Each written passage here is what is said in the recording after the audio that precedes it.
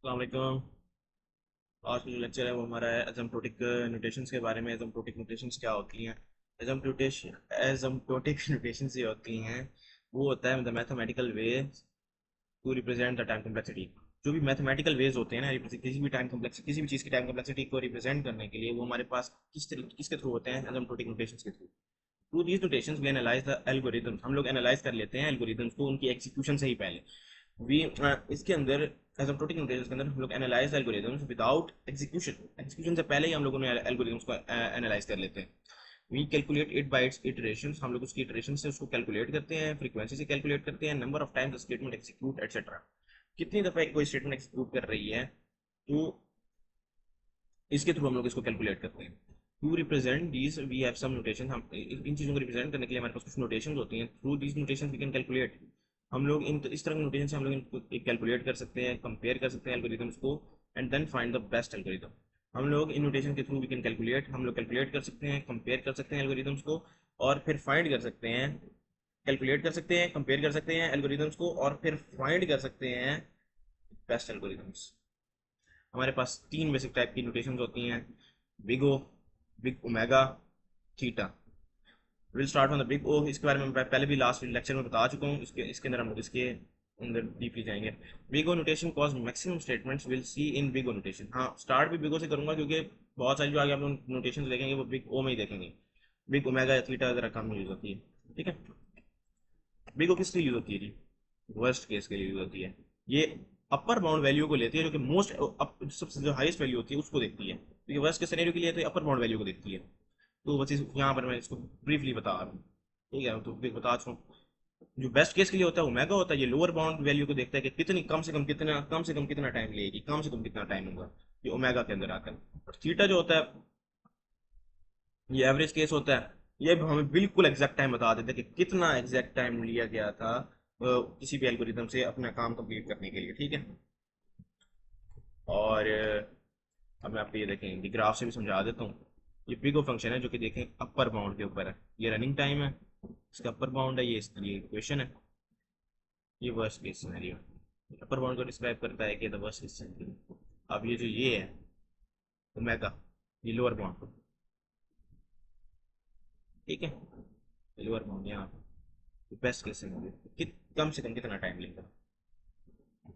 Big theta जो है ये टाइट बाउंड होता है, इसको हम लोग टाइट बाउंड कहते हैं। जब बिग ओ और बिग ओमेगा एक ही तरह के फंक्शन हो जाए ना, लोअर बाउंड है स्मॉलर कांस्टेंट के वन, जो लोअर बाउंड है वो स्मॉलर कांस्टेंट के वन होता है उसका। और जो अपर बाउंड होता है उसका लार्जर कांस्टेंट के टू होता है। ये देखें, ये यहाँ पर भी बन रहा है। हाँ, कोई एग्जांपल भी दिखा देता हूँ। Example, integer i equals to zero, i less than n, i plus plus cout i. ये एक फॉर लूप है ना, एक फॉर लूप है, तो इसकी बिग ऑफ एन ही चलती है। Big O of n. Big omega जो है, तो ओमेगा ऑफ एन ही रहेगी।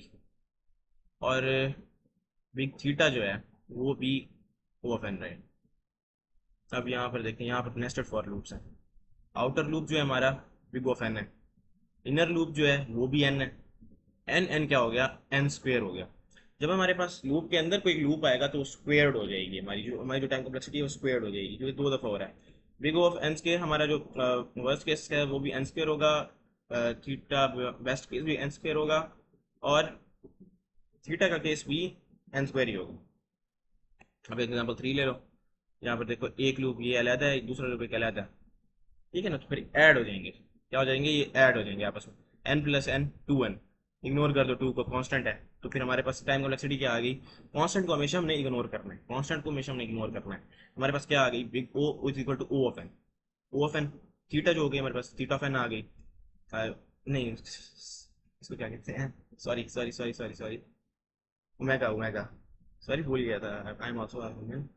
तो इसको ओमेगा है, ओमेगा ओमेगा ऑफ एन आ गया। जो थीटा है हमारे पास वो भी थीटा ऑफ एन आ गया। Easy way to find. अगर एक लूप पूरी तरह से चलता है, लूप पूरी तरह से चलता है, तो हमारी जो होगी, थीटा को यूज करो आप। अगर लूप किसी कंडीशन पर डिपेंड कर रहा है, ये फैलदा आ जाते हैं कहीं पर, तो हमारे पास वर्स्ट केस होता है, हम लोग बिग ओ को यूज करते हैं। वन लूप की होगी तो हमारे पास उसकी होगी ओ ऑफ एन।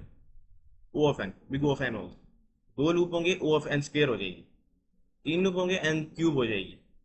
और लूप को अगर हम लोग हमेशा दो से डिवाइड कर रहे हैं तो उसकी लॉग ऑफ एन मिलेगी। लूप को अगर हम डिवाइड कर रहे हैं दो में तो लॉग ऑफ एन आ जाएगी। कितनी आ जाएगी? Log of N. लूप के अंदर एक नेस्टेड लूप है तो एन स्क्वेयर आ जाएगी। हम लोग टाइम कॉम्प्लेक्सिटी और स्पेस कॉम्प्लेक्सिटी को यूज किया, ये जो एसिम्प्टोटिक नोटेशन है टाइम कॉम्प्लेक्सिटी स्पेस कॉम्प्लेक्सिटी में ही यूज होती हैं। तो टाइम टाइम कॉम्प्लेक्सिटी ये हमने कहाँ यूज करते हैं? एसिम्प्टोटिक नोटेशंस को एरे सर्चिंग के लिए यूज हो जाती है ओ ऑफ एन। बाइनरी सर्च में लॉग ऑफ एन, ये आपको पहले लास्ट वीडियो में बताया। लिंक लिस्ट वर्सन में भी ओ ऑफ एन होती है। बबल सॉर्ट में क्या होती है जी? बताया था, एन स्क्वायर हो जाती है। इंसर्शन सॉर्ट में भी एन स्क्वायर हो जाती है। तो ये हमारे पास एसिम्प्टोटिक नोटेशंस थी। अब नेक्स्ट वीडियो में हम लोग कुछ दो तीन सॉर्टिंग एल्गोरिथम्स को देखेंगे। फिर मैं इसको अपनी इस प्लेलिस्ट को एंड करूँगा। उसमें बाद में कुछ वीडियोस ऐसी हैं जो कि मैं अपलोड करूँगा, बट फिलहाल के लिए मैं इसको एंड करूँगा। और यही आपको क्या बेसिक इन्फो होगी लीनियर डाटा स्ट्रक्चर्स के बारे में। फिर मैं एक नई प्लेलिस्ट आऊँगा नॉन लीनियर डाटा स्ट्रक्चर्स के बारे में, उनको देखिए। ठीक है, चलें फिर एंड करते हैं इसको नेक्स्ट वीडियो के अंदर।